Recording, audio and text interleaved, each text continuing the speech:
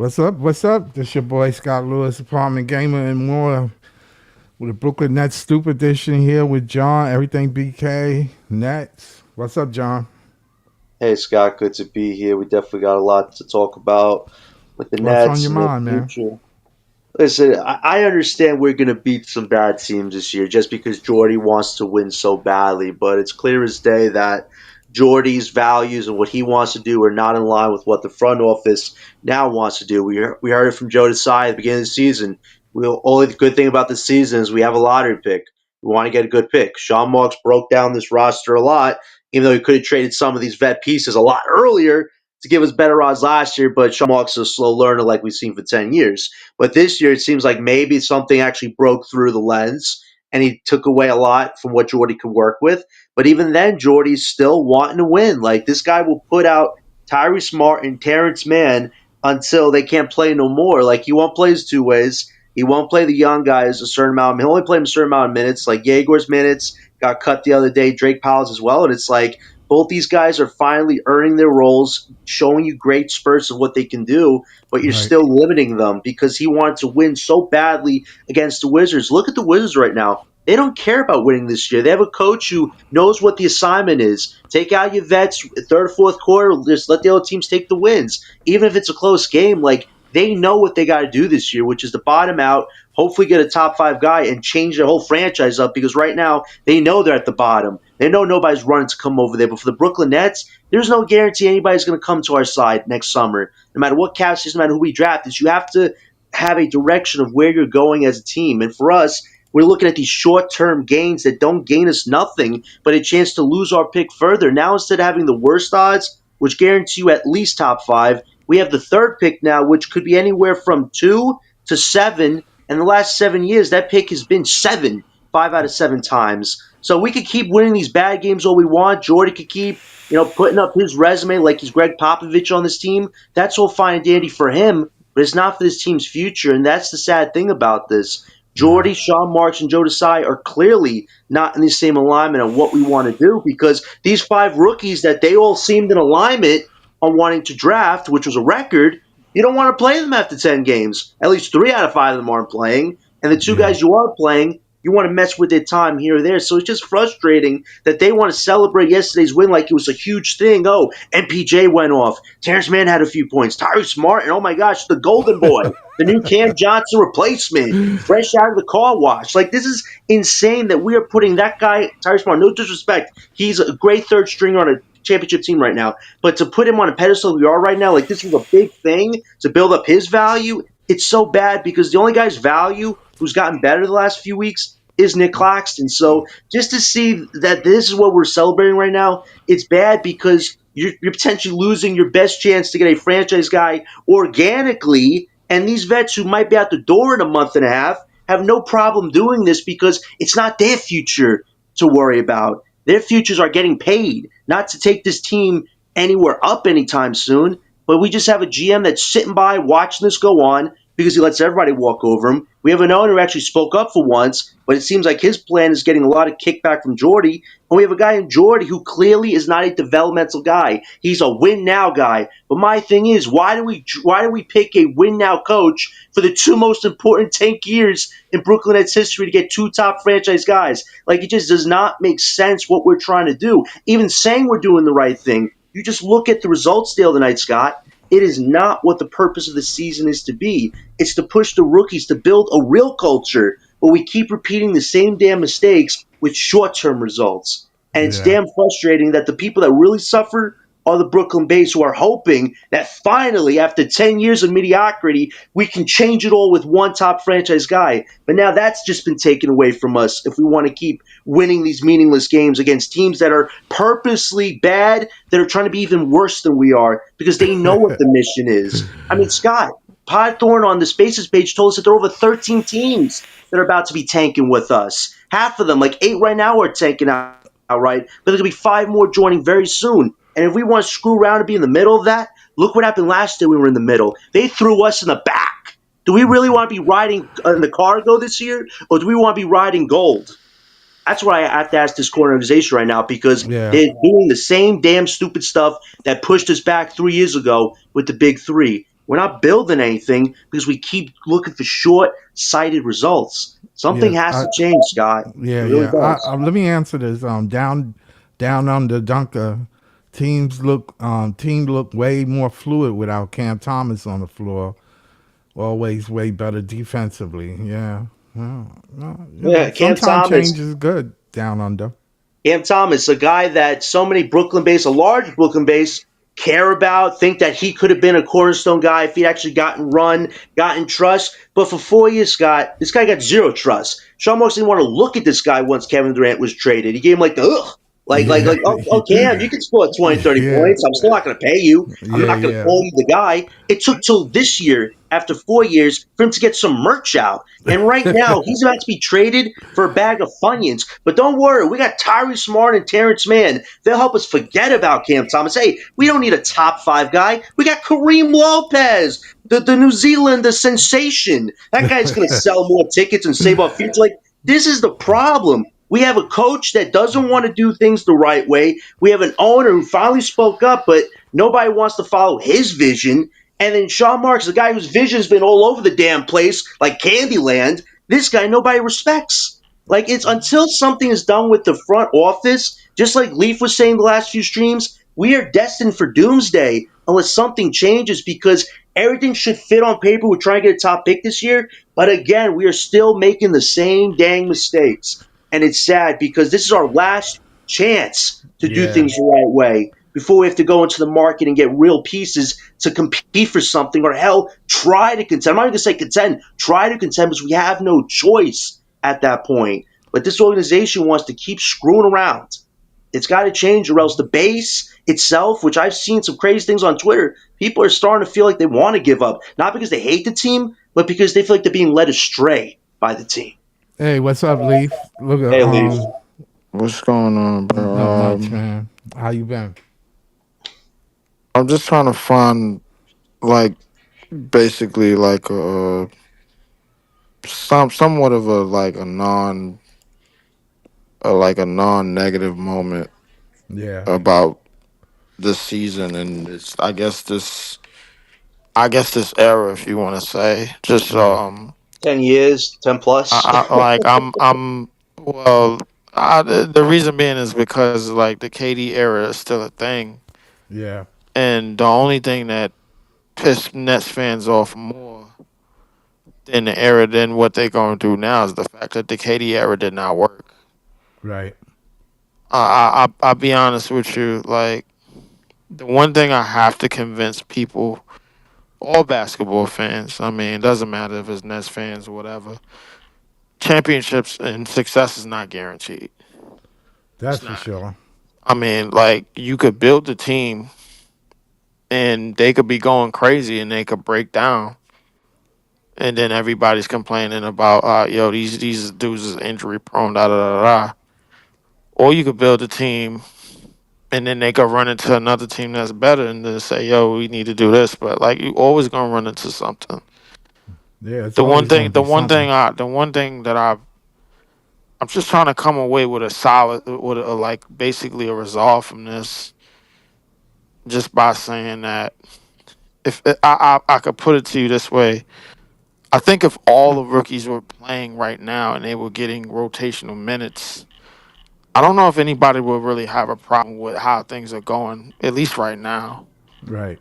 You know what I'm saying? If you Because played the if rookies, things would go according to plan. They really would.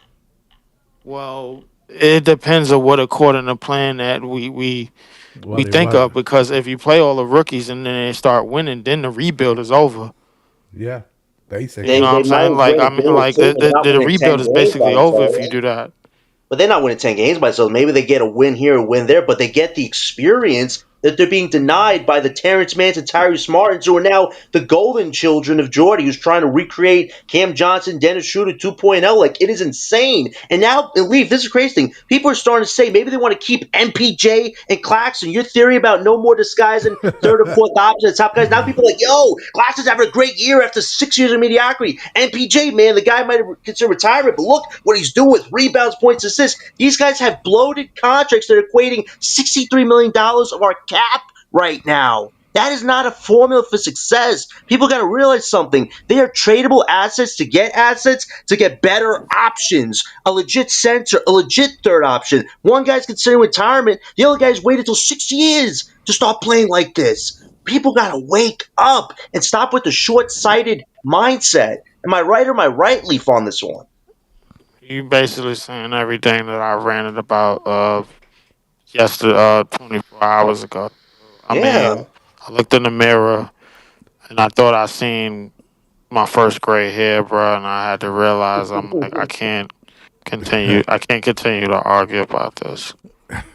I can't continue to go on the way that I'm going on because it's I mean, I would like to be around for another 60 something years. You know what I'm saying? Like, I mean, I don't want to just, you know, ravel my mind or unravel my mind about what the Nets are doing because it's a lot easier to be a fan from afar. Right.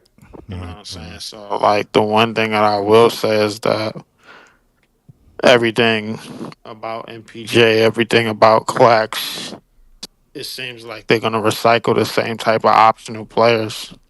Right. At least in my view, because like in my mind, if I could put myself in Joe Tsai's mind, which I like to do because I sit at home and I watch forensic files all day, and I spot the killer, bro, probably 30 minutes before the episode is over, Right. and then because like I'm a maniac like that, so if I'm Joe Tsai and I just basically went through the KD Kyrie era, I'm thinking to myself, I mean, why not just pick up an inspiring contract, man? Like just to say we paying somebody because we got to pay somebody in this You today's gotta pay NBA. somebody. Yeah. So This organization so needs to wake so up. There are over so 13 teams about to start I doing think I right now. figured out. I think I figured out the Joe side playbook. You know what? Let's just get somebody that's overpaid on another team. Disguise him as a number one. We could just hold on to his last 2 years of his contract. He might be making close to $40 million or 30 something million a So we're getting year. Zion Leaf. Is that who we're gonna take on? His money's not guaranteed. I mean, I guess there's no lesser place to start from if we're trying to do a disguise job. Might as Yeah, well get him up. well, He's not doing the nothing. difference between Zion and the other dudes that we disguise is that he's actually a number one, and he actually could appear to be a number one. The problem with him is just staying on the court. Right. Right. That's all Exactly. that is. So I Right. mean, I wouldn't mind seeing Zion just to entertain myself, even though the shit I know the shit probably gonna go left. Yeah. You know what I'm Eventually. saying? Yeah. Like I mean, Yeah. but at the end of the day, you get Zion, shit, you at least gonna get some more tickets. You at least gonna get some more ticket holders. I mean, I'm if you telling Joe you. Tsai, I mean, like, I mean, no, but we just got to focus on the plan because the bottom line is, no matter how much we yell and scream, no matter how much we rant, no matter how many goddamn tweets we send, we're not the GMs. We don't work for the Nets. That's for sure. Yeah, but We're not the gonna one thing convince this them to organization could change. do is wake up. There's 13 teams tanking with us. The Clippers, man, they are spent and done before we've hit the end of November. And OKC has pretty much a free pick right now to draft in the lottery. The Kings are going to be with us. The Dallas are joining us. Memphis, Boston, Pacers. You know who's about to join us? Milwaukee. Giannis just injured his groin today. He has to get an Wow. MRI. You don't think a team Yeah. might trade a 2026 pick that might not be top 10, but still in that draft for Giannis? Yes. So like the Bucks might join. So like there will be 14 teams Well, tanking with us right now, and we cannot be in the I middle of don't that. think the Bucks got their own picks. That's just They could get a 2026 pick from somebody. You don't think a team would be willing to give one of them up for Giannis right now? Something to I think mean, about for well, some if they teams. that's if they trade Giannis, but the way they have to do it is has to be other teams involved because Giannis Probably. got to a high of a contract, number one, and so many other teams got players locked in for high contracts Yeah. with the exclusion of maybe with the excluding of maybe about 3 to 5 teams. Right. But a lot of other teams, like it's teams that are at the bottom of the league that have high contract players on their roster. You Right. know what I'm Right. saying? Like that's making over 40 some million this year. So the reality about any Giannis trade, it's gonna have to be like we already know what the NBA wants to do because ESPN keeps promoting yo, Giannis need to get out of Milwaukee. Giannis need to get out of Milwaukee. Giannis need to get out Oh, of I think they Milwaukee. it want to might put him in a happen big soon. I market. mean, a pulled groin that takes you out for a while. And he said by Christmas he'd have an understanding where he stands with the Bucks. The Bucks are done without him, without Ross. Oh my, they're done. They're about to be bottom near 10th seed right now. Like they have nothing to withstand what's going to I happen without mean, him. So this is going to we have happen. to I see. think. I mean, I don't I'm know not what it's going to look like, 100% but it's sure going on to be a that. big deal with multiple teams involved, like you just said. The good thing So I'm is not 100% certain on it, just off the simple fact of the way the East is right now. I mean, right. like if without Giannis, the best player in the East is who? Brunson Donovan Mitchell. I mean, that's the best playoff Mitchell, scorer yeah, by a or mile. Kay Cunningham because okay, Yeah, The yeah. yeah. Detroit Pistons is It's literally running through the tape right now. yep. You know what Yo, I'm the saying? So nasty a boys, lot of man. people are not even focusing on them. But Cade sat today, and they basically had a gimme game against the Pacers, bro. Like I think Yo, Jalen Duran is a freak, bro. That dude is mini Shaq, man. Shaq Jr., whatever you want to call him. I That wouldn't dude call him is that. like Shaq. No, I I think the wouldn't. Pacers is just I think the Pacers Pacers and the Celtics basically are just going through the motions because they both teams in the last 2 years was at minimum in the conference finals or in the finals. right. So right. both of those They teams, retooling. yeah, Yeah. both of those teams could get thrown a bone by the NBA. Right. I know for a fact That's the why we Boston. need the worst record. You don't want to get those teams getting bones thrown their way, and you get screwed. I That's mean, why if getting the worst pick at least even if keeps I you they mean, away get from even if that. we bones do thrown their have the way, worst you're record, not it's going to not going get. to stop the NBA from It's giving not them a going to higher stop pick than them us. because That would be we the insane. worst. If we actually had the worst record and they decided to what Leaf said, give us the sixth pick, that would piss off every Brooklyn fan or even NBA fans who were in that position. But that Because can for the last happen. 5 or 6 years, that's how it's been. But the fact is that can happen. One, because the NBA controls that shit. They control that, bro. We have to get ourselves out of the mindset that we could just we just need a top five pick to save our franchise and hold on to them, bro. Like, guess what? If this franchise is still doing the same shit they've been doing for the past couple years and trying to recycle number three and number four options and trying to turn them into number ones while a Caleb Martin, a Native Min, or whatchamacallit is here and they just dragging them through the mud in terms of development with DMPs like they did Cam Thomas and like they Right. did all these other players, bro. Like, guess what's gonna happen? That player is gonna get in his rookie deal, get out of his rookie deal, and he's most likely gonna sign with somebody else and gonna go ham. Yep. This So is realistic. The reality of our development program is that the Joe Tsai and the Nets front office, they save money by not letting the rookies play over 65 games. Because if you do that, that means one of them is going to make a raw rookie team, and then that means they're going to qualify for more money, which the Nets don't want to pay. But The that's just Nets, it, though. They've done it for 10 years, though, and you can't build anything with that. That's just how you have aging stars like the Clippers right now. If you keep playing with rookies' money, I agree, Leaf. It's a part of smart on their part because they want to get more established talents get paid, but that hasn't worked. And this used to be era. You need the young talent to get paid to be a winning team. So they have to well, change that. what you really need is the chemistry. That That's what you too. really need. You need the chemistry and the fits. That's what you need. Like it's not necessarily about young talent. It's about the chemistry and the fits. Yeah. So, Yeah. however the team works, bro, like it works, bro. We just seen like a couple of years ago, we just seen Miami go to the finals with G leaguers. Yep. You know what I'm saying? So that like the fits, bro. Like it's all really about who fits with who. We have to pay attention to detail and pay It attention on seemed. the court. It It's seemed to one of the me. reasons, bro. Why? And the next time Breeze tries to argue me about anything that Cam Thomas does, I'm going straight to the film. I'm not Right. arguing with him no more because They Nets about to fans just trade It don't Cam is. for get a it. bag of It is Funyuns, leaf. man. It They is about to leaf. trade Cam for a bag of Funyuns, man. I It said it is before. leaf that you. It's a fit. It's definitely a fit. It can't be like winning a title is about a fit. Like Yeah. when you look at OKC, You gotta um, ask yourself, can you gotta ask yourself, even though with the top five players in the league doing what they're doing, bro, right, like they had to be built around. right, You know what I'm And we've saying? They never had to be done built that. That around to locker room become the got to be number one, good. the successful number one options that they That locker became. room got to be good. Like it's no guarantee that Nikola Jokic is going to get traded and going to be doing what he was doing on Denver. There's Right. no guarantee that Giannis is going to get traded Of and going to be course not. doing what he's he's been doing on Milwaukee. Those teams spent years building around those players. The Right. reason why they Yeah. spent years building around their players is because they had no choice. Look where they're at. They're in middle America.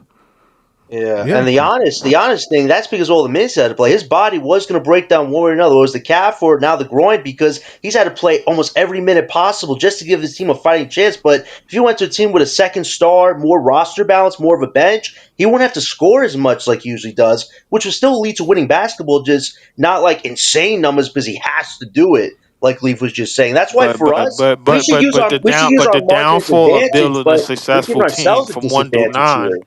the downfall of building a successful team from 1 through 9 in this CBA, you almost have to do it the same way the Warriors did it back in 2015, when Steph Curry was only making $11 million a year, and Right. their highest paid player was might have been Iggy, who might have been making $15 to $16 million a year. That's The way scary. that's That the way is you really have to scary. do it, and I think the Nets, in terms of the Because, way the money is going to be set up, is trying to do it that way. The problem is the fits. It has to work. The fits have to be in Yeah, place. the The fits players you have to fit be in around order. it. Right. So the reality is like the top five players that's the rookies that's on our team can right now they cannot apply for no big money.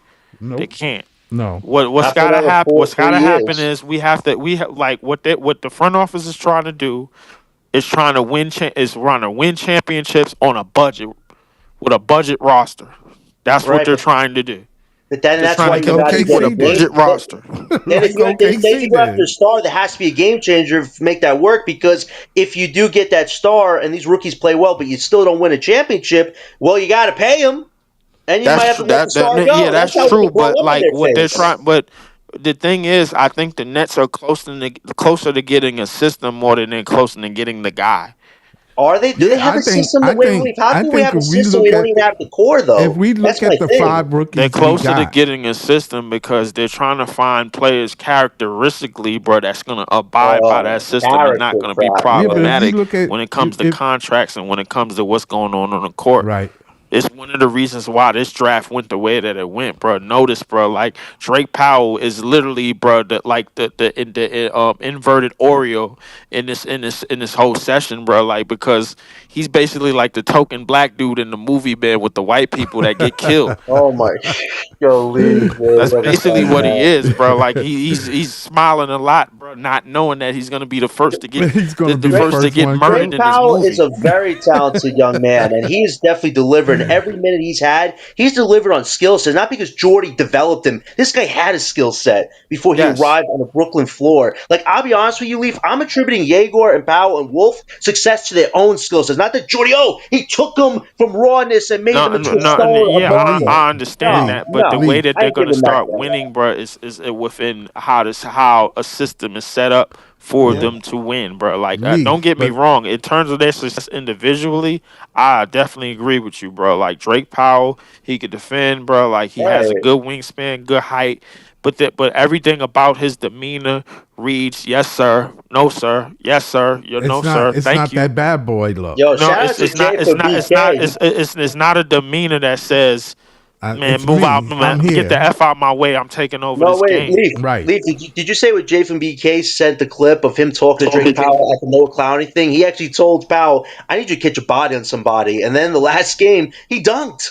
Like, if he actually had the right advice from players like Jay, or not player, but a person in Jay, or a guy like Vince Carter, who probably told him to dunk as well, this guy's game would be up levels right now in his first 8 games. But he's just now being told to play make, find your shot when you can, but mostly find your teammates. Like, let the Yes. dude just go off a little bit. What do you got to No. lose? No, they're not gonna do that because Of course not. this is how the rookies don't get minutes, bro. Like you got to remember these dudes is late 20s picks. Yegor got picked, bro, at number 8, bro, like to be a yes sir type of player, bro, like because he's very obedient, bro. Like if you look at his interviews, a lot of his interviews, bro, like even when he talked about his time at BYU, he talked about how people didn't go out, how people didn't party, bro. They was very focused. And I like the fact that he is focused, bro. Like, and he's willing to Same. learn, That's a good and he's mindset willing to he get has. better, and that's a good mindset. Right. And it's one of the reasons, bro, why we went with a diverse ass goddamn draft board to begin with. Drake Powell, bro, is basically the token black guy in a horror movie. That's what he is, bro. Oh my god. Yeah. Oh wow. Listen, It's one just of these it's guys, crazy because you can actually see it from that lens if you one of really these look at guys the gotta, situation. one of That's these scary. guys gotta pan out. If Well, they don't pan out, Well, I wouldn't necessarily, three I out of wouldn't five necessarily, should pan out I wouldn't realistically if we want the necessarily say projections that to be one of these successful. guys got to pan out. When you say pan out, what, like, you got to specify from 1 to 9 how you want them to pan out. Because if all five of these players can prove that they could play on a capable roster and fit from a 1 to 9 type of scheme, now you have to find other pieces to fit with it. You know what I'm saying? I, You have to find your presence. It's one of the reasons, and I feel like a broken record when I say this. One of the reasons why I kept calling for Zach Edey, because he fits the characteristic profile of what the Nets are looking for. That's what it is. AJ, They're looking for somebody that suit and tie down, bro. He went to Purdue. He's not gonna really be problematic, even though he got in a speeding incident in Memphis. They don't really look at him the same way they will look at a John Morant or Kyrie. This guy's not gonna give us issues. This guy's not gonna disobey, man. They look right there right now. They're looking for obedient workers. he's a That's what they're censor. looking That's the for. biggest thing. I don't care about his character attitude. He's a censor. He can actually be a censor. We don't have a censor. Yes. And this is the crazy thing. People are so enamored with Claxton's small moments right now and MPJ's stat moments, but it's like they're making over $63 million on your cap. That's not winning basketball. They're both role player guys. They shouldn't be making the money they're making. But The we had a thing cool is, as a GM net give Claxton fan, the money, and then MPJ won his money because he won a ring. They didn't actually get guaranteed that but money as a by net fan, I don't competency. think we should be worried about the money that they're getting paid, because we have the lowest payroll in the NBA right now this year, bro. That's number one. Number two, um, listen, the money is the money, bro. Like, I'm not willing to complain about a roster that's gonna be basically flipped in a year anyway. So right now, bro, like, all this panicking ain't gonna get us to where we want to go. Right now, bro, like, we could get a top 3 pick next year, bro. And with the way that the front office is, they could ruin them.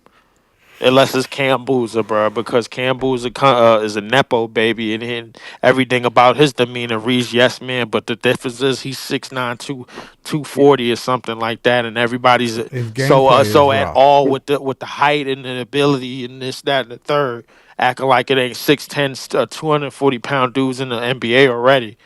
So so Shit, the so the plenty. reality is that we have to put guys in spots where they're going to be successful. That's the reality, and that's going to be Jordy's job in the future. And I think Jordy can is capable of doing that, and he could get better and better at doing that. The thing is, the Nets front office, they don't want problematic players. But that's Right. just it, though. If Jordy wants to win so quickly, then the goal should be to get a winning roster because we self sabotage ourselves these two Yeah. years potentially with It's Jordy. So if not. that's the case, you got to go all in then because this guy's not going to do things the long term way. It's I got to win now. So if that's the case, Sean and Joe, use this year wisely. If Jordy's not buying what you're preaching, then you got to build some type of roster next year, regardless of who you get, whether it's 1 through 5 or geez, man, 6 through 10. Like you're gonna They have got to to get build some type of some roster next upgrades. year because the Rockets Yeah. have our picks. That's why they got to Well, build some type of roster next year, and that's when Jordy. That's when you really gonna see Jordy gonna give it all he got as a coach. Right. That's when you really gonna see it, because if we ain't got nothing to tank for, and we ain't got nothing to lose for, we ain't got no reason to be garbage, no matter what roster that we have. That's when you gonna see guys become complete. Now, is Clowney gonna be along with that? Is these 5 rookies that we drafted gonna be along with that? Probably. Is Tyrese Martin gonna be that shooter off the bench? Maybe. I the mean, who clown, knows? the Clowney one depends on if we get Boozer. We get Boozer, Clowney's not our starting four. But if you get DeBonsta, Clowney can start. If you get Peterson, Clowney can start. If you get Wilson, I think maybe you could start him and Clowney because they're both bigs. They can play position basketball at that point, so I don't think it would matter. And then you have Amat. he's a forward, so I don't know how that would work. Maybe play him on at the 3, but I don't know. But really, if you get Cam Boozer, that's where Clowney's future becomes You get a question anything. mark. I ain't gonna Yeah. lie. You get anything outside of Cam Boozer, put him at the 3. Just Nick put from them at the Clowney? 3, bro. Like they young enough to run. They young enough to defend, bro. Like you got 6'10" players at the 3, man. I mean, look at MPJ. Oh, Look at Jaden damn. McDaniels, bro. Like, come on, bro. Like you got Yeah. plenty of like, bro. Listen, look at Jalen Johnson. Six. Come on, bro. Like, I mean, like you see them demigods they got over in goddamn Atlanta. Yeah, they You see got a what very Laurie Market is big doing on a bad squad. Utah team? That guy is balling out of his mind right now, and they sit that guy half the season. They Yeah, sit he's him dropping half like Well, this. They 40 sit him point half the performances. season. They sit him half the season because meathead ass goddamn goddamn Danny Ainge is basically he's put himself in a position, bro, like with in Utah, bro, like he doesn't believe in this roster going anywhere. The NBA has to be completely young for that roster to even try to sniff and do something, bro. That I, I, means I tell you this: if we did get, let's say, Darren Peterson, and we don't have a forward, I would make it. I know Leafy won't like this, but I'll call Dange and say, "You want to give up Laurie Marketing, man? Let's do some business, man. We need a forward. If we had Laurie on this team, man, our front court would be good.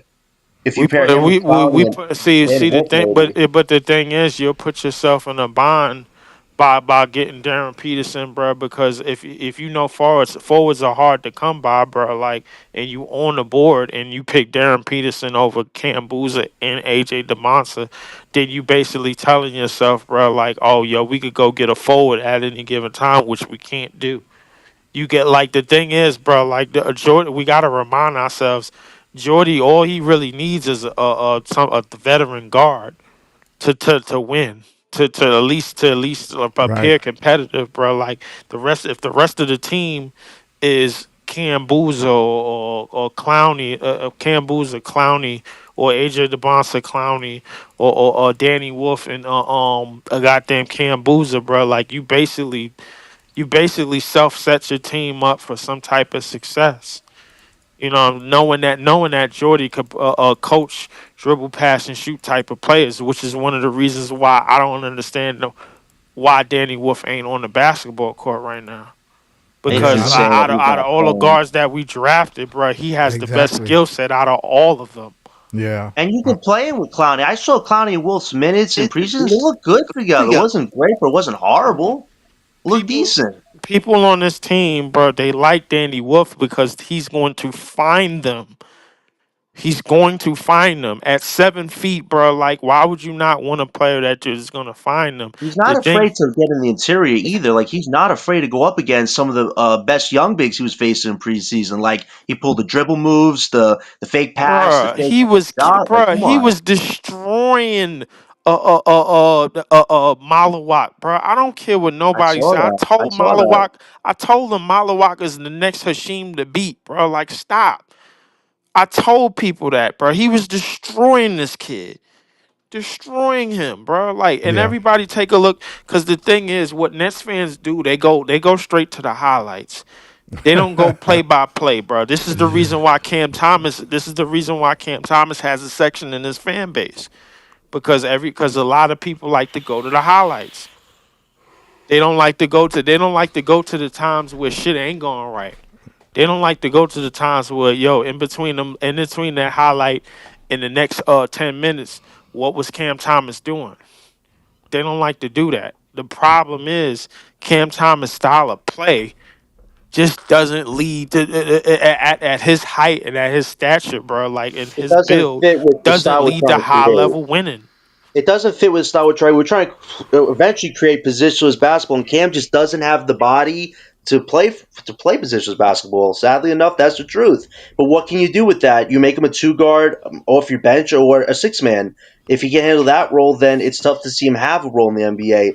I So know we some gonna people don't like to so hear that, but that's an unfortunate so truth. we gonna have an NBA that has nothing but 6'8", 6'9", 6'10" That's where they're going, guards. Scott. That's where they Wait, going. listen to me. That's, Listen.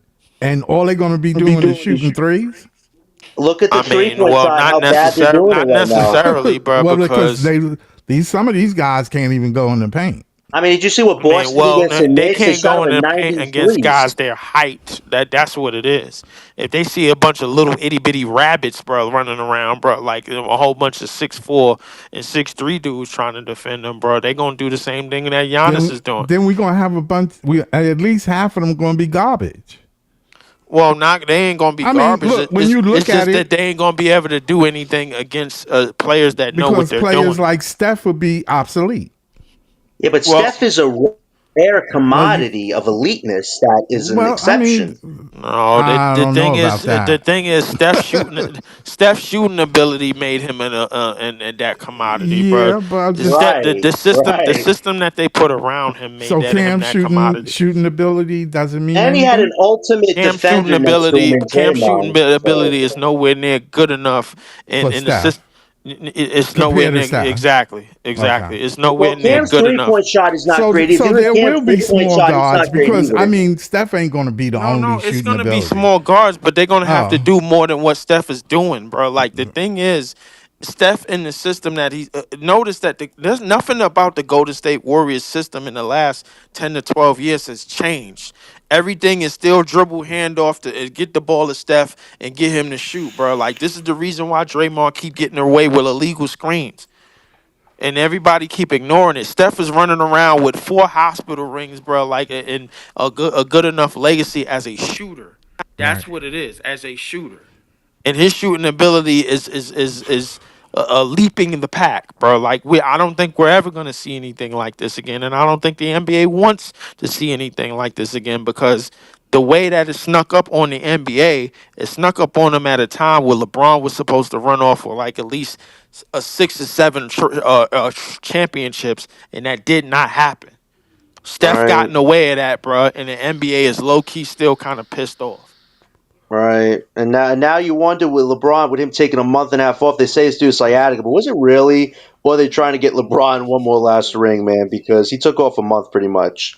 And he also might leave that team. So, like, maybe they're trying to throw a curveball here to everybody else saying, maybe LeBron could just turn on the Jets at 40 and, play half a season and win a title. Like, you'd be surprised how some people go to the lengths to do stuff like that, to what Leaf is saying. Right. That's Like, fair. I understand that the league is trying to lead to this giant lineup, which is cool, but I don't see it where you're not going to have a skilled player for certain situations on your bench. That's well, true, but at the same time, the league has to gear up for the counter reaction of the Wimbies and Well, these I don't tall think I think players. Wimby is an anomaly. Wimby is an anomaly, uh, You but ain't you gonna still find gotta another Wimby. but the league still At gotta least find not a right away. but the league still gotta find a counter reaction for him, bro. Like and just in case he takes off, because if Wimby keep getting hurt and the San Antonio Spurs keep sliding down the standings, bro, guess what? They're gonna continue to give them top picks. The NBA is not the least bit shy about giving San Antonio a top 5 pick, yo, you heard about Wemby? even if You they heard about got over Wemby got 30 a cap something strain? wins. You heard They've about been Wemby they got a cap strain, man. He's out Yeah, now. Like yeah, they could he fall out too for a now. couple of weeks, bro. Like and ain't They have the Hawks pick, right? The Spurs have the Hawks pick for next year. Their 2026 pick. The I Spurs, think they right? do, but the Hawks is Oh, the jeez. nah. Well, The Hawks are playing well The though. Hawks should be a playing team. well, The injuries play a great role in the NBA season. injuries play a great role because players are bro don't understand how to pace themselves. Well, I That's mean, it's a fast game. it is It's a fast Injuries crazy. game. this It is It's a a year. fast it's a game, but the thing is, bro, one of the reasons and I hate to say this, bro, the way I say it, one of the reasons why LeBron lasted so long is because he figured out a way to pace themselves, man. Like, but even though he did take a lot of possessions off, Of course tw- he did. I Of mean, course, that's how that's you the way last he twenty did it. something years in the league. But Yeah, I had to take a month off to get ready. yeah, Take yeah. like a Listen, month but off. he did. He I did, seen and he LeBron low stays in the manage while he gym, was on the court, bro. Like and I ain't gonna lie to you. he stays in I the saw him gym. jump up a lot in the Lakers game. Like, bro, your back seems pretty good, man. You jumping up for your son Bronny, man, getting a dunk. But here's the thing, bro. Tell LeBron James in the time that he's been in LA to run sprints up the court 7 times in a row. I guarantee you he can't do it. I They guarantee you said he'll get tired. they said Michael Jordan never lost a suicide. Never lost a suicide between 1989 and 1993. Yeah, That was Jordan in right, his prime. right. Am I right or wrong? You Yeah, heard yeah, that yeah, too, yeah. right? But no, Yeah, no. The person that said he didn't lose it, bro, was Craig Hodges. No, right. no. You got to Oh remember no, when Watch Craig, Your Corn said it too. Um, I'm trying to think of I his think name. Horace Grant or Sally, somebody or Sally, Sally. Yeah, Sal, Sally. But Sally. well, hold up. Sally is capping because he came in because he came to the Okay, Bulls. he came in briefly, Sally is capping because he came to briefly. the Bulls in Right, 96, bro. right, And I briefly. could promise you, Dennis Rodman was the hardest work on that team. So I mean, like it's just no point of fiction in nobody else's own. But I don't do one of the things I don't do, especially now that NBA players do more interviews than anything, Yeah, especially the past players. I don't go off of confirmation bias. You know what I'm saying? Because when you do, now you got to take their word for it. But just because they was there or they heard somebody that was there or they was peeping in a practice, bro, while they was sitting down nursing the ankle oh, injury. that's fair. You gotta take shit as face value. Yeah, I yeah, get you it. do got to take shit as face value. But the one thing about it is that a lot of these dudes that's in the media that used to play the NBA game, bro, like they got a legacies to protect. Of You know course, what I'm I get saying? it. So they're gonna protect what's theirs, and they're not gonna let themselves be ran over. The players from the '80s and the '90s, they don't really care about it that much, bro. It's these dudes from the early 2000s, from the early 2000s and the mid 2000s that's running their mouths a lot, bro. It's one of the reasons why you hear Paul Pierce say the asinine shit that he say. You know what I'm saying? So like, I mean, and the KG goes along with it.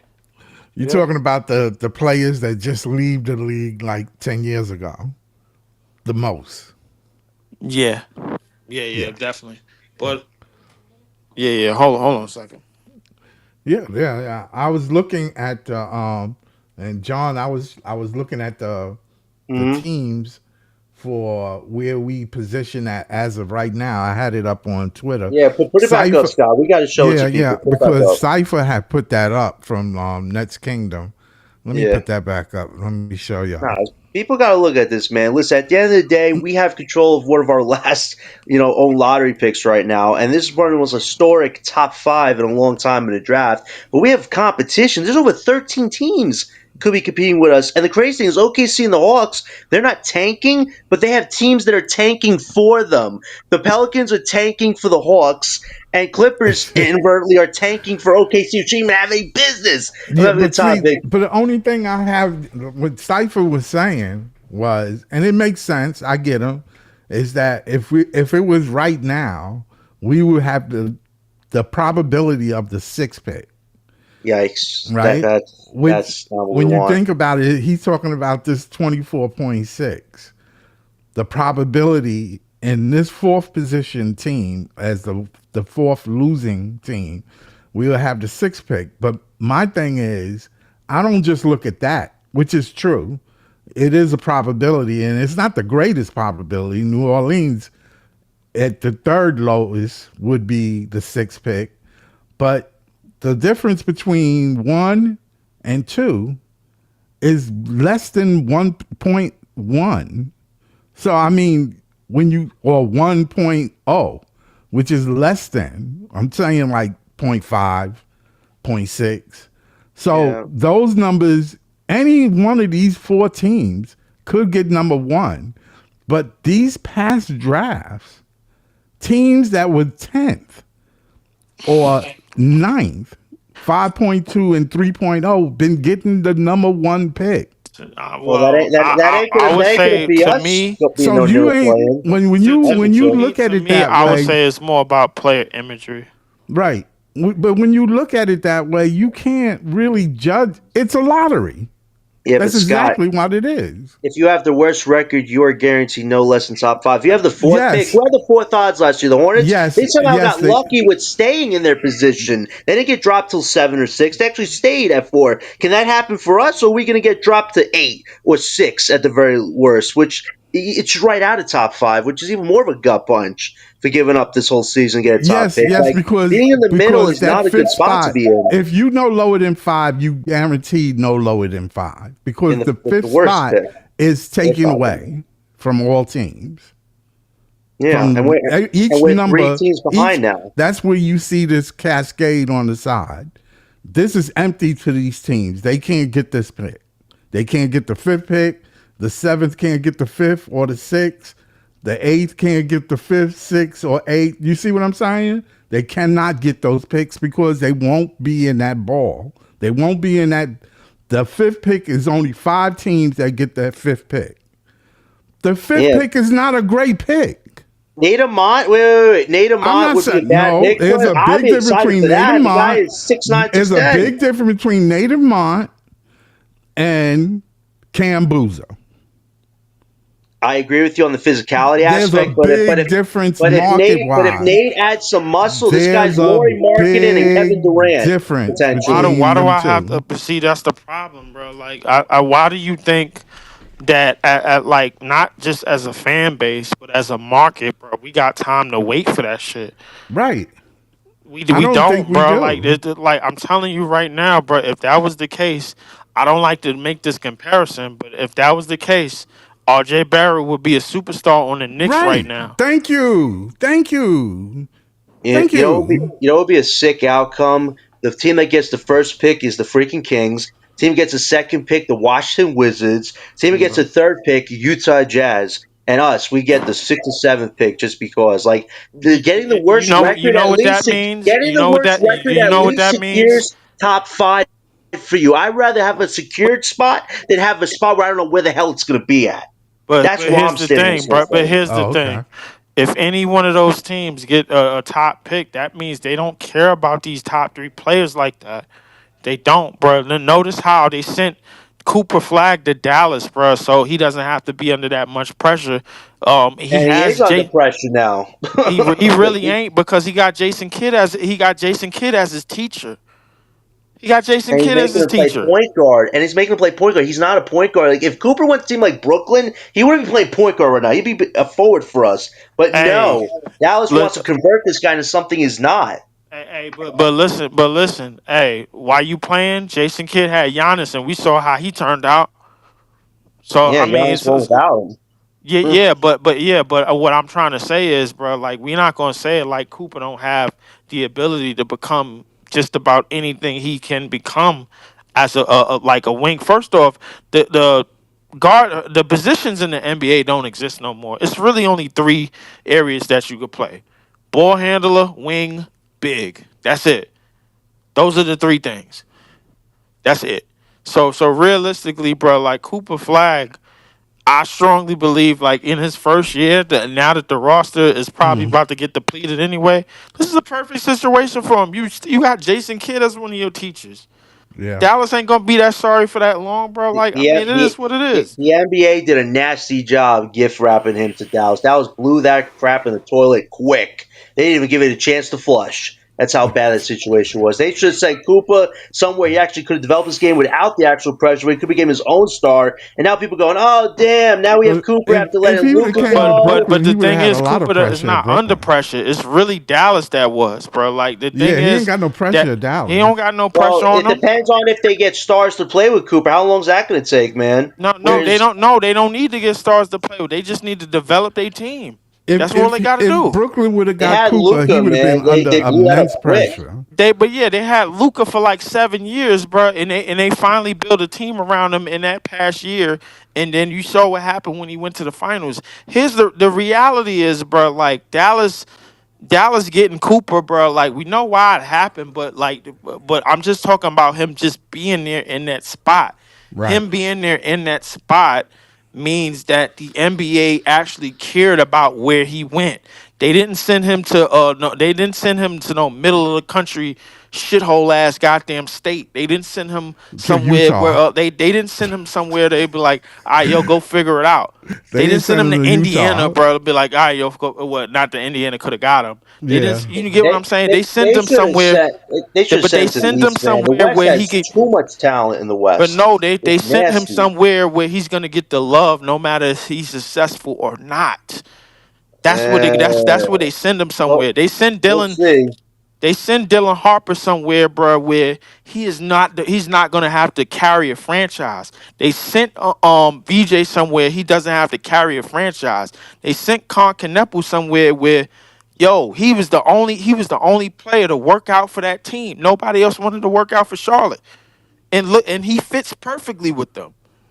Fits. Dylan Harper and Fears would have been perfect point guards for our future. Either one of them could have made a case to be on our team, but we didn't take far enough to get either one of them. That's our consequences. We got to deal with it. But there are situations where they could have been here building something from scratch, but they would have been the guys. I get, Leaf, what you're saying. They'll have to have the pressure, but you know what? The West has too much damn talent as is. The East, man, barely has enough talent besides Kate Going Cunningham, on. Donovan Mitchell, and a few rookie standouts right now. That's it. We listen. I understand what you're saying, but we going all over the place about where we need to be.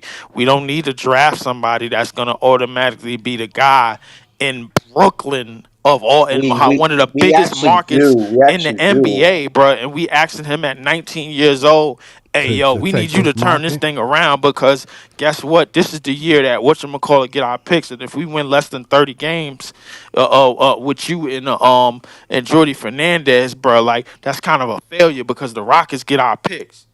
Because the That is a second that failure if they get a top pick from because us. whoever we get, the second that they start having blunders, yo, this kid ain't good enough. I don't think he's ready. No, That's what's listen, gonna be said. that's what people are doing with Jaeger, and I kept telling people to wait on Jaeger, and then had to feel good games where he had bad one. People keep going like high on him when I know they're supposed to be behind him, but they go low on him when he has a bad blunder here or two there. But it's like he still showed you spurts of what he can do, and he's getting better at. If we get a top guy on this team next year, my message is develop your craft, do what you're good at, but represent Brooklyn proudly. That's all I would say. Listen, if he does exceptionally well for us, that's great for our long term development and winning. We have no excuses next year to be losing anymore. It's to build winning habits, winning culture, sustainability. The word sustainability is something this organization doesn't understand the definition of yet. But they will hopefully soon if they actually get what they should get, which is a top franchise guy. It is the only way, Leaf, to do it organically, or else we have to go back into the market for a third time, hope that a star wants to be here badly, but if they don't like the way the front office is running things, they'll cause a stink and ask out quick. We've seen it. Yeah, that's got a point there. Like, Think listen, I want this team to do well, Scott. I really do. It's just this front office, they got to set the example. And they're not setting the example. They're letting a coach run the system the way he wants to, regardless of the results. Instead of securing worst record, at least knowing you have a shot at no less than top five, but they're ready to leave it up to chance, whether that's the third, fourth, fifth, or sixth odds. Last year we had the sixth odds. Got us the eighth pick. That's exactly what the odds said it would get us. Now we that have the fourth odds, which could be either a top two or three in a 2% chance or a 9 to 10% chance it's a top seven pick. Like, do we really want to leave it up to chance again? That's my only thing with this front office. They don't ever want to commit to a full direction, even if that part of direction is really bad in the short term with losing. But the long term is you get your top guy and you have to go backwards. But for right. some reason they want to keep going backwards, which isn't right. I just don't see.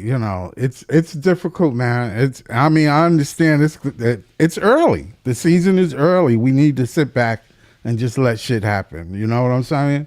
I personally think that we still can be the worst team in the league. We still can get that spot. We still can get the top three. If it happens, it happens. If it don't, I don't know whether who to blame or blame Jordy or blame Sean, but clearly, we don't know what's on Sean's mind, and we know that Joe Tsai want talent, but you got to spend money, you got to make the right moves, and that's all on Sean, man. As Yeah, far he's as had he's had 10 years to do it, but he hasn't done it right. And the scary thing Leaf said was the Nets do have a tendency to not pay homegrown talent money because they look to trade them when the value's low, or if they start to break out a little bit, they let them go. Like they've never committed long-term money to real homegrown guys, except maybe Nick Claxton, who that was kind of an overblown amount of money for a guy with zero accolades to his name. Besides that, we've never really invested in young talent like that. We've looked for the experience, established players, throw the bag at them whether they want to stay or not. That's what they want to do. But in this CBA era, you got to get a mix. You have to eventually pay your young talent to be your cornerstone guys, and the stars you want to get here, they could either stay here with the young guys or you trade them for more assets and you stick with your young guys. But you're gonna have to pay them eventually, whether you win or not. Like if Sean and Joe and Sean, they cannot do that scheme if they hope to win in this era of basketball. If these are your homegrown guys of the future, you got to play them, and eventually you got to pay them. Or else, Yeah. what are the hell are we doing drafting 5 rookies? That is a serious question. I just want to say what's up to Jamal. Yeah, Jamal said, to be honest, Scott, why we couldn't do what similar to what the Bulls did. The Bulls. Yeah. I mean, could we be honest here? Josh Giddey, he's a good player, but is he a franchise guy? I mean, he playing like one right now. He's playing like a top guy, but here's the thing. We've seen many players in this NBA play like top guys. Look at Austin Reeves. People are saying he could be a top guy potentially. Heck no. Listen, the guards got to change. Eventually, somebody got to fill in spots. Right. These old superstars, as we know them, are not going to always be like. KD ain't going to be always playing. Right. So who's going to fill the spots? Right. And Jamal, the Bulls did us a favor by winning right now. They should have tanked 2 years ago, but they didn't. They made they sold Caruso for Josh Giddey. They got no first round picks back in multiple trades they did. They essentially have to run with Josh Giddey as the guy right now. And they still have Vucevic on the team, where I thought that guy would have been traded 2 years ago. But listen, them winning does teams like us a favor because we don't want the Bulls to get that next guy that could be a persona of Michael Jordan for them. They had their chance in the sunlight.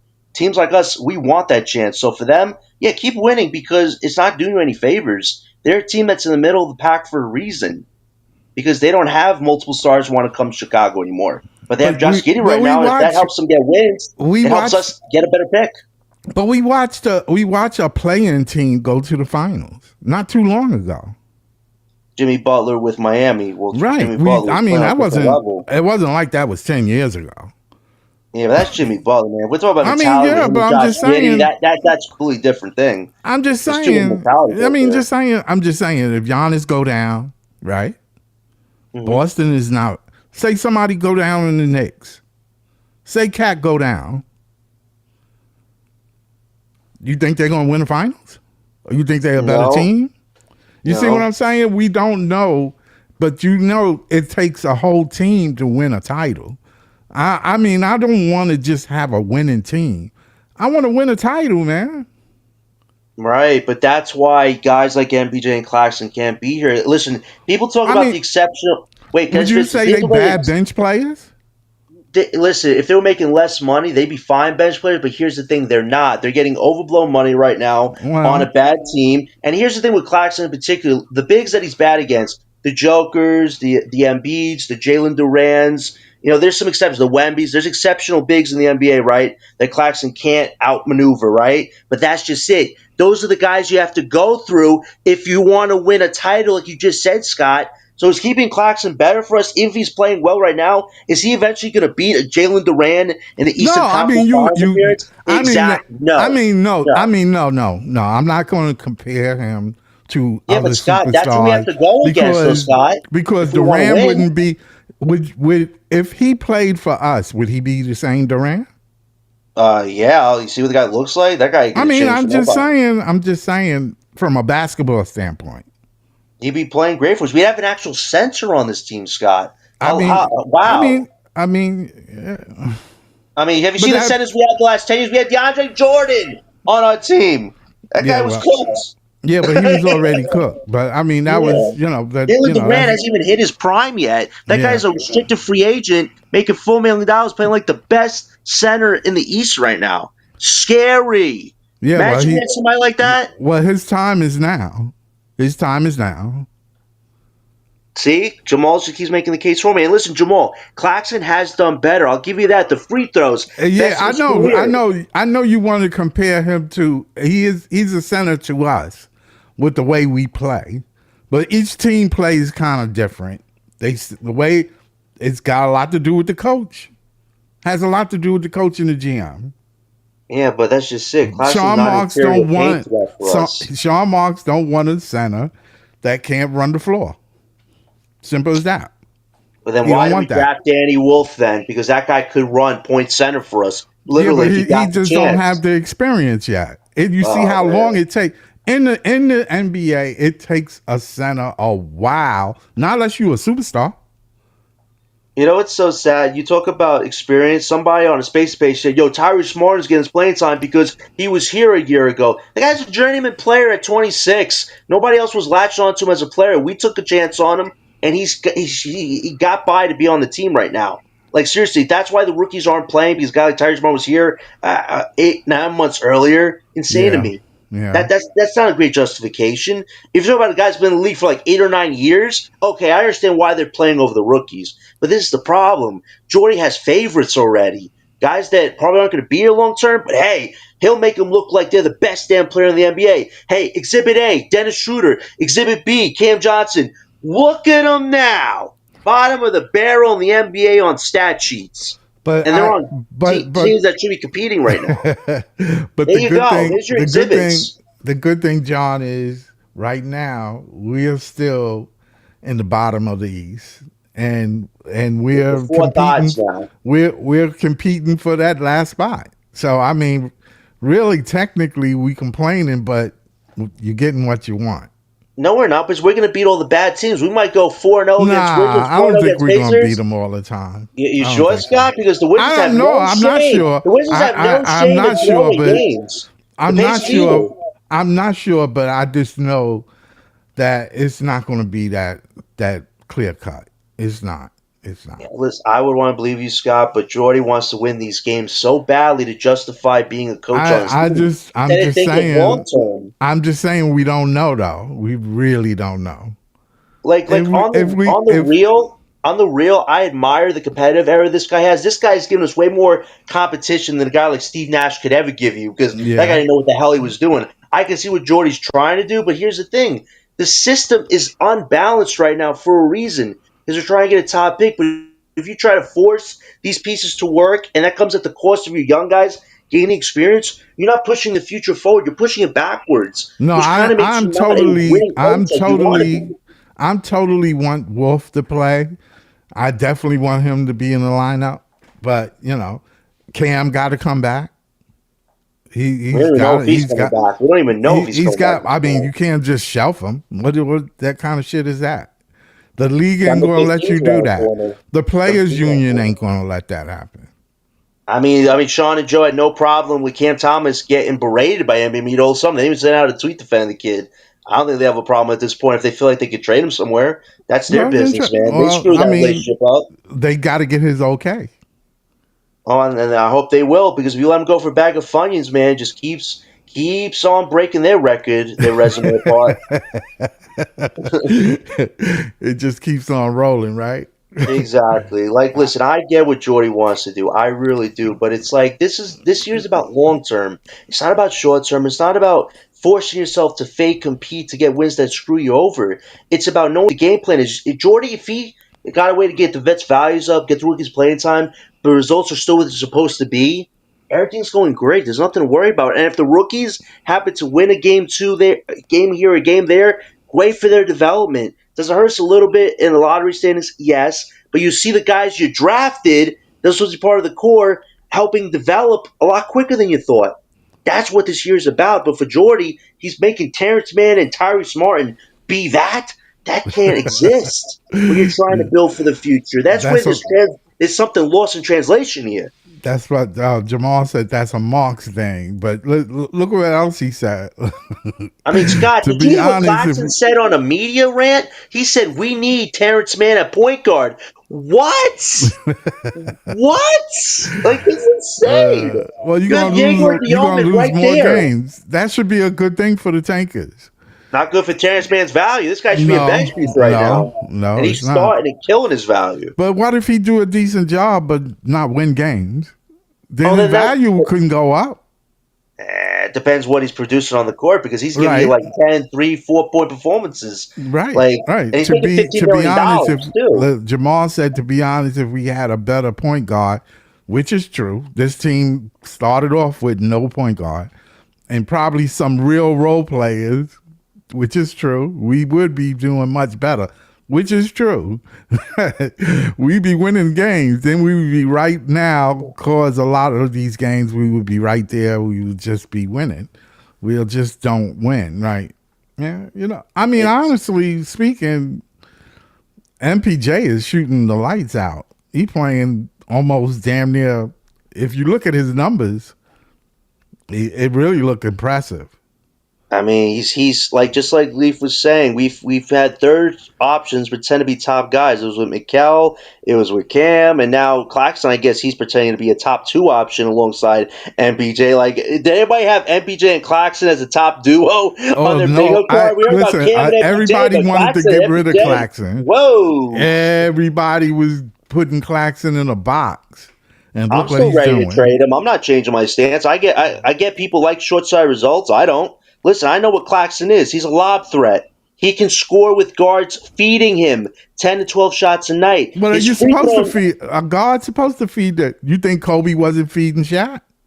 Yeah, but this is the thing. At the end of the day, I'm just saying. Did you think Kobe was feeding Shaq? When they played, they were the best duo on team. Did you check their stats? I don't think they wouldn't have won a title without each other, regardless of how good either one is. Yeah, but Claxton, besides free throws and assist numbers being super high, yes, his points per game are, I think, around 15. Last year was like at 9 or something. That's career high. Still, though, 15 points. Like, if that's a high mark for a center, gee golly, man, you people are okay with mediocrity. No, I mean, hey, listen. I mean, he ain't going to be no 40-point center. He never was going to be. Sure, there's very few centers in the league.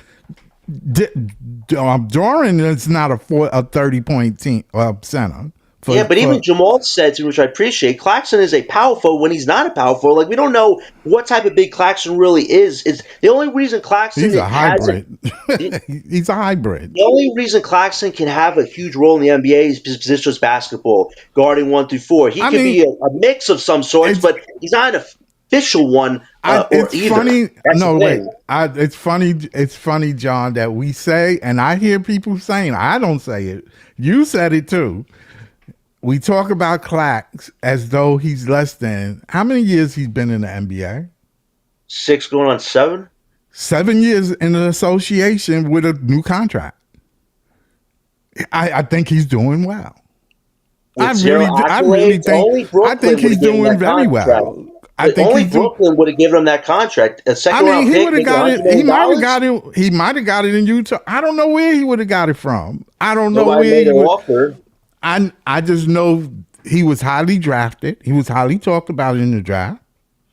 Teams were interested in him.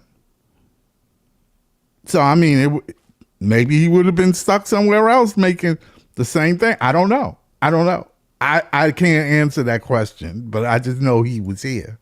You know what's interesting?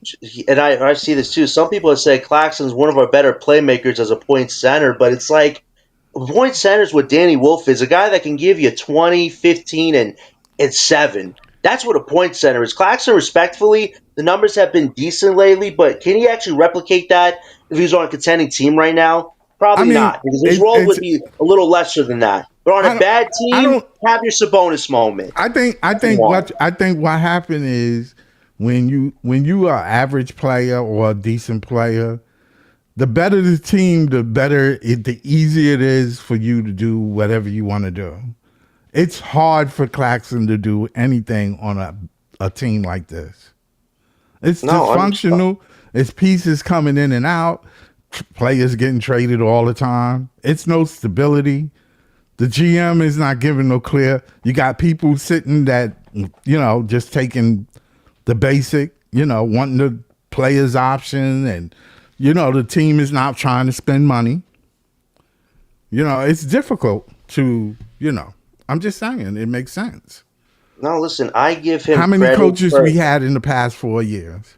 A lot of coaches. I give him credit for boost up his value because we said he had to. I'm glad that he took it serious enough. Yeah. He's a father now. He understands responsibilities. I'm glad that there's less of the emotional Clax we saw last year. The tech fouls, the attitude problems, like that. He's playing well. Let's give him his credit. He is playing well, but we got to think long term. We have Danny Wolf, who's ready for a big role in team, but we don't know if Danny Wolf is ready. We haven't seen him, and I would like to see him. He is ready, but he will not get playing time unless one of Claxton or Dayron. Are you ready to give up on Dayron? Day, who's your best backup? Are you ready to move him? Because But he Dayron hasn't been is not a playing backup well. center. Day hasn't been playing well. Still rebounding at a decent clip. Yeah, but he ain't playing well. He ain't scoring. He got a lot of turnovers. Yeah, but at the end of the day, he's your backup, and at least I having a mean, backup is if something you you can saying utilize. between Day and Clax right now, Clax is playing way better than Day. Oh, no, I totally understand that, but at the end of the Oh, day, okay. So don't give him a pass. No, but here's the thing, though. If we're talking about roles right on this team, if we were a solid championship team, who would you rather have right now? I don't know A that. I guy don't who's know not a if center or a forward, or would you have a backup center if you're trying to go for the gold? I'm just Who would you saying. rather have? I'm just saying, if you're playing bad right now, you need to clean your game up. Yeah, but you even just said, Scott, it's hard to do it on a team like this. At It least is. Dayron, we've It seen the is. moments where he's your Okay. best rebounder on most nights. Well, not lately. He hasn't been. Yeah, but Zaire was in a slump too, and MPJ has Zaire's been back our to playing like greatest himself. rebounder. MPJ is rebounding like crazy. And Clax. Well, that was one of his skill sets. MPJ is known for being a good rebounder, so I'll give For MPJ real? that. I didn't know that. We checked the stats. We looked at the stat sheet. Yeah. No, I'm talking about right now, but I didn't know he was a great rebounder with Denver. I mean, that's what he did as a third or fourth role. It was less having the ball in your hands, more catch and I shoot. thought he was the shooter on the team. He was. Denver. He could also he was rebound a hired gun. You know what I'm saying? Yeah, I know what you're saying. But I understand. Listen, Claxton is doing a good job. Darren doesn't step his game, but Wolf is ready for an opportunity. It's hard to get the opportunity when two guys are ahead of you. So maybe Darren does get moved. I could see a possibility where Darren does have value. He gets moved for something. Wolf gets the backup position, and you do keep Claxton. But do you expect Claxton to maintain this consistently for the next 2 to 3 years? Because we haven't seen that for 6 years consistently. From the way half the fan base is feeling, they don't even want Clax. But Jamal is saying, I don't mind seeing Wolf at power forward or center and Clax at power forward or center together. I think, it would be nice to see them both play together. It would be. I personally want to see Wolf on the court. I'm telling you, I would like to give him at least 25 to 30. If they can do it. Well, I don't even know if these rookies, can play 30 minutes. I was listening to Dylan, and I know this is a controversial thing with you, John, but Dylan was saying that he wants them to have more minutes. They shouldn't have the low amount of minutes, and they should be in there in the fourth quarter, which I kind of agree with. They need to be in the game. I you know me, I like to win, but that's just me. But I get the whole getting the rookies playing, and Wolf needs to be playing. It really does, and the sad thing is they just got recalled. I mean, Jordy's probably going to find 2-3 minutes for them tomorrow night. It's sad because you can just play your rookies in the fourth quarter. He's in the rotation. Down by 15 or 20 points. That's when you get the rookies in and see what they can do. Can they cut the lead? Can they get you back into something? Let them test themselves. But no, we can only find 2 minutes for them because they have to gain experience. Well, you can't gain experience watching from a bench. You have to play. Exactly. Like, Jordy's so hypocritical, man. Seriously, he really is. You got a point there. Like, he's a bad liar. This guy cannot lie. Oh, I didn't play Jaeger in the fourth quarter because I wanted Tyrese because Magic is so physical. Physical, really? So Tyrese is physical enough to replace him. I just can't, man. Like, his excuses last 2 games have been so bad. Well, but nobody said Jordy is a great PR guy, so we can't. Nope, definitely not. And he's also not a developmental guy. But hey, Sean and Joe thought he could be. Hey, that's another story. I know one thing: if in Brooklyn, your time in Brooklyn is short. If you don't produce, eventually, it's not their fault, but they will let you go, man. They will let you go. Well, that's just the thing. If the Nets are looking to make an upgrade move of some sort, they're looking to collect assets, MPJ and Claxton are your highest contracts. You could keep MPJ for now. You could trade Clax for assets. You could also trade MPJ in the summer for a big upgrade if you want. Like, that's the thing about the two high contracts. Yes, they're both playing well, but they're better to you as assets to get either more assets or get the upgrade pieces you want because nobody else is making insane money on his team, which gives you the cap space to go after the real upgrades you need to win. But you Right. can't have two guys making over $60 million on your team. That's That's not fair. going to win, That's especially when they're fair. role guys. And that's no shame on Claxton or MPJ. They're both doing good on a horrible team right now, but that's just it. So with Cam Johnson and Dennis Schroeder. Look at them now, I say. Are they killing it like they were doing it here? Like you Right. just said, Scott, circumstances can be different on different teams. Will Giannis be scoring 50 a night on a balanced team than what he is with the Bucks? No, he'll be doing a lot better and probably preserving his health, but roles can change depending where you're at. Dennis Schroeder got $45 million. He's got benched for Russell Westbrook, who crazy enough is making $3 million. Like, like this is what happens when we when we overinvest in short-term players on this team. We let them shine. They have their moments. We let them go, and guess what?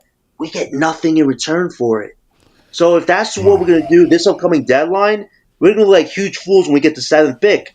But if you trade these guys when the values are high and you have the assets, the cap space to get the real upgrades to win next year, then you get your top guy, and things could actually change for this organization. But sadly enough, this organization hasn't seen the light yet to do Yeah, that. it's difficult, man. It's difficult to tank and try to develop, but like I said, the young guys need to play to see what we got.